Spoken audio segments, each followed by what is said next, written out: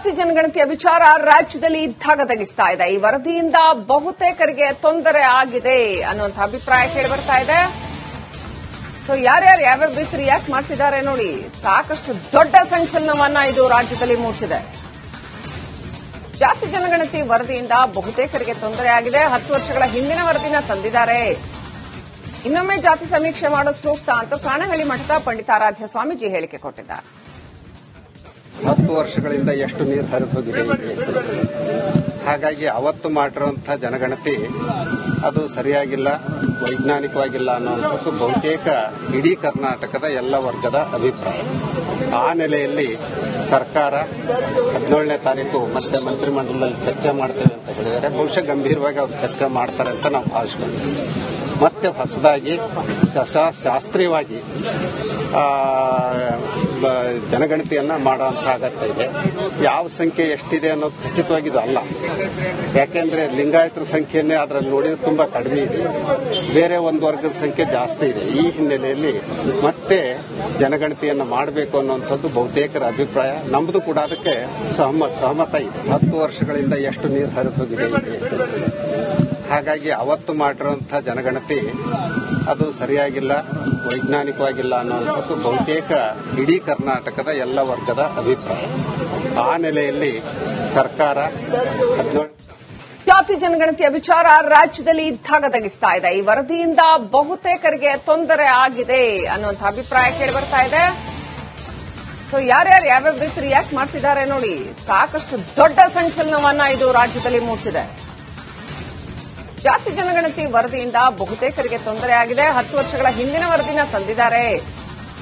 ಇನ್ನೊಮ್ಮೆ ಜಾತಿ ಸಮೀಕ್ಷೆ ಮಾಡೋದು ಸೂಕ್ತ ಅಂತ ಸಾಣೇಹಳ್ಳಿ ಮಠದ ಪಂಡಿತಾರಾಧ್ಯ ಸ್ವಾಮೀಜಿ ಹೇಳಿಕೆ ಕೊಟ್ಟಿದ್ದಾರೆ. 10 ವರ್ಷಗಳಿಂದ ಎಷ್ಟು ನೀರು ಹರಿದು ಹೋಗಿದೆ ಈ ದೇಶದಲ್ಲಿ. ಹಾಗಾಗಿ ಅವತ್ತು ಮಾಡಿರುವಂತಹ ಜನಗಣತಿ ಅದು ಸರಿಯಾಗಿಲ್ಲ, ವೈಜ್ಞಾನಿಕವಾಗಿಲ್ಲ ಅನ್ನುವಂಥದ್ದು ಬಹುತೇಕ ಇಡೀ ಕರ್ನಾಟಕದ ಎಲ್ಲ ವರ್ಗದ ಅಭಿಪ್ರಾಯ. ಆ ನೆಲೆಯಲ್ಲಿ ಸರ್ಕಾರ 17ನೇ ತಾರೀಕು ಮತ್ತೆ ಮಂತ್ರಿಮಂಡಲದಲ್ಲಿ ಚರ್ಚೆ ಮಾಡ್ತೇವೆ ಅಂತ ಹೇಳಿದರೆ ಬಹುಶಃ ಗಂಭೀರವಾಗಿ ಅವರು ಚರ್ಚೆ ಮಾಡ್ತಾರೆ ಅಂತ ನಾವು ಭಾವಿಸ್ಕೊಂಡ್ವಿ. ಮತ್ತೆ ಹೊಸದಾಗಿ ಶಾಸ್ತ್ರೀಯವಾಗಿ ಜನಗಣತಿಯನ್ನ ಮಾಡುವಂತ ಅಗತ್ಯ ಇದೆ. ಯಾವ ಸಂಖ್ಯೆ ಎಷ್ಟಿದೆ ಅನ್ನೋದು ಖಚಿತವಾಗಿದ್ದು ಅಲ್ಲ. ಯಾಕೆಂದ್ರೆ ಲಿಂಗಾಯತರ ಸಂಖ್ಯೆಯನ್ನೇ ಅದರಲ್ಲಿ ನೋಡಿದ್ರೆ ತುಂಬಾ ಕಡಿಮೆ ಇದೆ, ಬೇರೆ ಒಂದು ವರ್ಗದ ಸಂಖ್ಯೆ ಜಾಸ್ತಿ ಇದೆ. ಈ ಹಿನ್ನೆಲೆಯಲ್ಲಿ ಮತ್ತೆ ಜನಗಣತಿಯನ್ನ ಮಾಡಬೇಕು ಅನ್ನುವಂಥದ್ದು ಬಹುತೇಕರ ಅಭಿಪ್ರಾಯ. ನಮ್ಮದು ಕೂಡ ಅದಕ್ಕೆ ಸಹಮತ ಇದೆ. 10 ವರ್ಷಗಳಿಂದ ಎಷ್ಟು ನೀರು ಹರಿದು ಹೋಗಿದೆ ಈ ದೇಶದಲ್ಲಿ. ಹಾಗಾಗಿ ಅವತ್ತು ಮಾಡಿರುವಂತಹ ಜನಗಣತಿ ಅದು ಸರಿಯಾಗಿಲ್ಲ, ವೈಜ್ಞಾನಿಕವಾಗಿಲ್ಲ ಅನ್ನುವಂಥದ್ದು ಬಹುತೇಕ ಇಡೀ ಕರ್ನಾಟಕದ ಎಲ್ಲ ವರ್ಗದ ಅಭಿಪ್ರಾಯ. ಆ ನೆಲೆಯಲ್ಲಿ ಸರ್ಕಾರ ಜಾತಿ ಜನಗಣತಿಯ ವಿಚಾರ ರಾಜ್ಯದಲ್ಲಿ ಧಗಧಗಿಸ್ತಾ ಇದೆ. ಈ ವರದಿಯಿಂದ ಬಹುತೇಕರಿಗೆ ತೊಂದರೆ ಆಗಿದೆ ಅನ್ನುವಂಥ ಅಭಿಪ್ರಾಯ ಕೇಳಿಬರ್ತಾ ಇದೆ. ಸೊ ಯಾರ್ಯಾರು ಯಾವ್ಯಾವ ರೀತಿ ರಿಯಾಕ್ಟ್ ಮಾಡ್ತಿದ್ದಾರೆ ನೋಡಿ. ಸಾಕಷ್ಟು ದೊಡ್ಡ ಸಂಚಲನವನ್ನ ಇದು ರಾಜ್ಯದಲ್ಲಿ ಮೂಡಿಸಿದೆ. ಜಾತಿ ಜನಗಣತಿ ವರದಿಯಿಂದ ಬಹುತೇಕರಿಗೆ ತೊಂದರೆ ಆಗಿದೆ. 10 ವರ್ಷಗಳ ಹಿಂದಿನ ವರದಿನ ತಂದಿದ್ದಾರೆ. ಇನ್ನೊಮ್ಮೆ ಜಾತಿ ಸಮೀಕ್ಷೆ ಮಾಡೋದು ಸೂಕ್ತ ಅಂತ ಸಾಣೇಹಳ್ಳಿ ಮಠದ ಪಂಡಿತಾರಾಧ್ಯ ಸ್ವಾಮೀಜಿ ಹೇಳಿಕೆ ಕೊಟ್ಟಿದ್ದಾರೆ. 10 ವರ್ಷಗಳಿಂದ ಎಷ್ಟು ನೀರು ಹರಿದು ಹೋಗಿದೆ ಈ ದೇಶದಲ್ಲಿ. ಹಾಗಾಗಿ ಅವತ್ತು ಮಾಡಿರುವಂತಹ ಜನಗಣತಿ ಅದು ಸರಿಯಾಗಿಲ್ಲ, ವೈಜ್ಞಾನಿಕವಾಗಿಲ್ಲ ಅನ್ನುವಂಥದ್ದು ಬಹುತೇಕ ಇಡೀ ಕರ್ನಾಟಕದ ಎಲ್ಲ ವರ್ಗದ ಅಭಿಪ್ರಾಯ. ಆ ನೆಲೆಯಲ್ಲಿ ಸರ್ಕಾರ 17ನೇ ತಾರೀಕು ಮತ್ತೆ ಮಂತ್ರಿಮಂಡಲದಲ್ಲಿ ಚರ್ಚೆ ಮಾಡ್ತೇವೆ ಅಂತ ಹೇಳಿದರೆ ಬಹುಶಃ ಗಂಭೀರವಾಗಿ ಅವರು ಚರ್ಚೆ ಮಾಡ್ತಾರೆ ಅಂತ ನಾವು ಭಾವಿಸ್ಕೊಂಡ್ವಿ. ಮತ್ತೆ ಹೊಸದಾಗಿ ಶಾಸ್ತ್ರೀಯವಾಗಿ ಜನಗಣತಿಯನ್ನ ಮಾಡುವಂತ ಅಗತ್ಯ ಇದೆ. ಯಾವ ಸಂಖ್ಯೆ ಎಷ್ಟಿದೆ ಅನ್ನೋದು ಖಚಿತವಾಗಿದ್ದು ಅಲ್ಲ. ಯಾಕೆಂದ್ರೆ ಲಿಂಗಾಯತರ ಸಂಖ್ಯೆಯನ್ನೇ ಅದರಲ್ಲಿ ನೋಡಿದ್ರೆ ತುಂಬಾ ಕಡಿಮೆ ಇದೆ, ಬೇರೆ ಒಂದು ವರ್ಗದ ಸಂಖ್ಯೆ ಜಾಸ್ತಿ ಇದೆ. ಈ ಹಿನ್ನೆಲೆಯಲ್ಲಿ ಮತ್ತೆ ಜನಗಣತಿಯನ್ನ ಮಾಡಬೇಕು ಅನ್ನುವಂಥದ್ದು ಬಹುತೇಕರ ಅಭಿಪ್ರಾಯ. ನಮ್ಮದು ಕೂಡ ಅದಕ್ಕೆ ಸಹಮತ ಇದೆ. 10 ವರ್ಷಗಳಿಂದ ಎಷ್ಟು ನೀರು ಹರಿದು ಹೋಗಿದೆ ಈ ದೇಶದಲ್ಲಿ. ಹಾಗಾಗಿ ಅವತ್ತು ಮಾಡಿರುವಂತಹ ಜನಗಣತಿ ಅದು ಸರಿಯಾಗಿಲ್ಲ, ವೈಜ್ಞಾನಿಕವಾಗಿಲ್ಲ ಅನ್ನುವಂಥದ್ದು ಬಹುತೇಕ ಇಡೀ ಕರ್ನಾಟಕದ ಎಲ್ಲ ವರ್ಗದ ಅಭಿಪ್ರಾಯ. ಆ ನೆಲೆಯಲ್ಲಿ ಸರ್ಕಾರ ಜಾತಿ ಜನಗಣತಿಯ ವಿಚಾರ ರಾಜ್ಯದಲ್ಲಿ ಧಗಧಗಿಸ್ತಾ ಇದೆ. ಈ ವರದಿಯಿಂದ ಬಹುತೇಕರಿಗೆ ತೊಂದರೆ ಆಗಿದೆ ಅನ್ನುವಂಥ ಅಭಿಪ್ರಾಯ ಕೇಳಿಬರ್ತಾ ಇದೆ. ಸೊ ಯಾರ್ಯಾರು ಯಾವ್ಯಾವ ರೀತಿ ರಿಯಾಕ್ಟ್ ಮಾಡ್ತಿದ್ದಾರೆ ನೋಡಿ. ಸಾಕಷ್ಟು ದೊಡ್ಡ ಸಂಚಲನವನ್ನ ಇದು ರಾಜ್ಯದಲ್ಲಿ ಮೂಡಿಸಿದೆ. ಜಾತಿ ಜನಗಣತಿ ವರದಿಯಿಂದ ಬಹುತೇಕರಿಗೆ ತೊಂದರೆಯಾಗಿದೆ. 10 ವರ್ಷಗಳ ಹಿಂದಿನ ವರದಿನ ತಂದಿದ್ದಾರೆ. ಇನ್ನೊಮ್ಮೆ ಜಾತಿ ಸಮೀಕ್ಷೆ ಮಾಡೋದು ಸೂಕ್ತ ಅಂತ ಸಾಣೇಹಳ್ಳಿ ಮಠದ ಪಂಡಿತಾರಾಧ್ಯ ಸ್ವಾಮೀಜಿ ಹೇಳಿಕೆ ಕೊಟ್ಟಿದ್ದಾರೆ. 10 ವರ್ಷಗಳಿಂದ ಎಷ್ಟು ನೀರು ಹರಿದು ಹೋಗಿದೆ ಈ ದೇಶದಲ್ಲಿ. ಹಾಗಾಗಿ ಅವತ್ತು ಮಾಡಿರುವಂತಹ ಜನಗಣತಿ ಅದು ಸರಿಯಾಗಿಲ್ಲ, ವೈಜ್ಞಾನಿಕವಾಗಿಲ್ಲ ಅನ್ನುವಂಥದ್ದು ಬಹುತೇಕ ಇಡೀ ಕರ್ನಾಟಕದ ಎಲ್ಲ ವರ್ಗದ ಅಭಿಪ್ರಾಯ.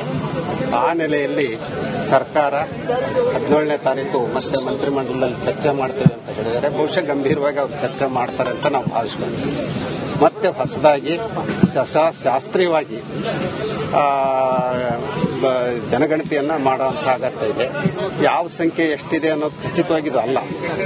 ಯಾಕೆಂದ್ರೆ ಲಿಂಗಾಯತರ ಸಂಖ್ಯೆಯನ್ನೇ ಅದರಲ್ಲಿ ನೋಡಿದ್ರೆ ತುಂಬಾ ಕಡಿಮೆ ಇದೆ, ಬೇರೆ ಒಂದು ವರ್ಗದ ಸಂಖ್ಯೆ ಜಾಸ್ತಿ ಇದೆ. ಈ ಹಿನ್ನೆಲೆಯಲ್ಲಿ ಮತ್ತೆ ಜನಗಣತಿಯನ್ನ ಮಾಡಬೇಕು ಅನ್ನುವಂಥದ್ದು ಬಹುತೇಕರ ಅಭಿಪ್ರಾಯ. ನಮ್ಮದು ಕೂಡ ಅದಕ್ಕೆ ಸಹಮತ ಇದೆ. 10 ವರ್ಷಗಳಿಂದ ಎಷ್ಟು ನೀರು ಹರಿದು ಹೋಗಿದೆ ಈ ದೇಶದಲ್ಲಿ. ಹಾಗಾಗಿ ಅವತ್ತು ಮಾಡಿರುವಂತಹ ಜನಗಣತಿ ಅದು ಸರಿಯಾಗಿಲ್ಲ, ವೈಜ್ಞಾನಿಕವಾಗಿಲ್ಲ ಅನ್ನುವಂಥದ್ದು ಬಹುತೇಕ ಇಡೀ ಕರ್ನಾಟಕದ ಎಲ್ಲ ವರ್ಗದ ಅಭಿಪ್ರಾಯ. ಆ ನೆಲೆಯಲ್ಲಿ ಸರ್ಕಾರ ಜಾತಿ ಜನಗಣತಿಯ ವಿಚಾರ ರಾಜ್ಯದಲ್ಲಿ ಧಗಧಗಿಸ್ತಾ ಇದೆ. ಈ ವರದಿಯಿಂದ ಬಹುತೇಕರಿಗೆ ತೊಂದರೆ ಆಗಿದೆ ಅನ್ನುವಂಥ ಅಭಿಪ್ರಾಯ ಕೇಳಿಬರ್ತಾ ಇದೆ.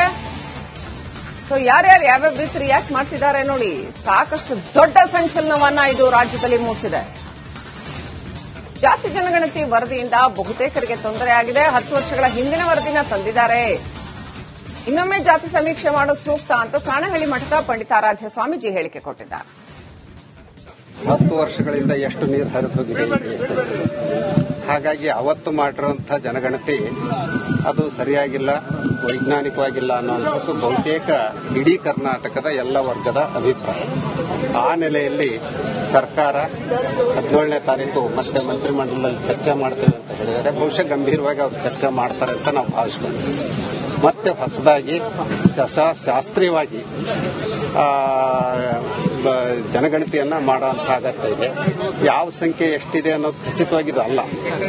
ಯಾಕೆಂದ್ರೆ ಲಿಂಗಾಯತರ ಸಂಖ್ಯೆಯನ್ನೇ ಅದರಲ್ಲಿ ನೋಡಿದ್ರೆ ತುಂಬಾ ಕಡಿಮೆ ಇದೆ, ಬೇರೆ ಒಂದು ವರ್ಗದ ಸಂಖ್ಯೆ ಜಾಸ್ತಿ ಇದೆ. ಈ ಹಿನ್ನೆಲೆಯಲ್ಲಿ ಮತ್ತೆ ಜನಗಣತಿಯನ್ನ ಮಾಡಬೇಕು ಅನ್ನುವಂಥದ್ದು ಬಹುತೇಕರ ಅಭಿಪ್ರಾಯ. ನಮ್ಮದು ಕೂಡ ಅದಕ್ಕೆ ಸಹಮತ ಇದೆ. 10 ವರ್ಷಗಳಿಂದ ಎಷ್ಟು ನೀರು ಹರಿದು ಹೋಗಿದೆ ಈ ದೇಶದಲ್ಲಿ. ಹಾಗಾಗಿ ಅವತ್ತು ಮಾಡಿರುವಂತಹ ಜನಗಣತಿ ಅದು ಸರಿಯಾಗಿಲ್ಲ, ವೈಜ್ಞಾನಿಕವಾಗಿಲ್ಲ ಅನ್ನುವಂಥದ್ದು ಬಹುತೇಕ ಇಡೀ ಕರ್ನಾಟಕದ ಎಲ್ಲ ವರ್ಗದ ಅಭಿಪ್ರಾಯ. ಆ ನೆಲೆಯಲ್ಲಿ ಸರ್ಕಾರ